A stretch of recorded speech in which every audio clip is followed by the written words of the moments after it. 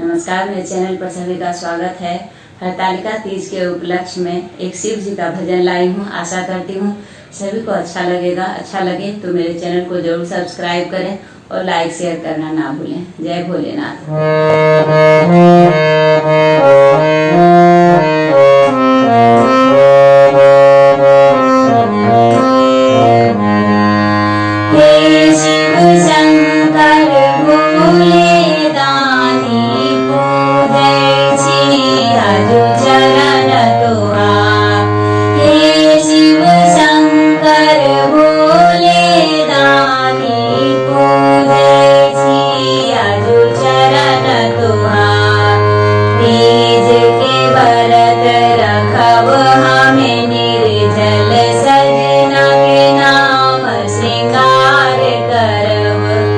तीज के व्रत रखो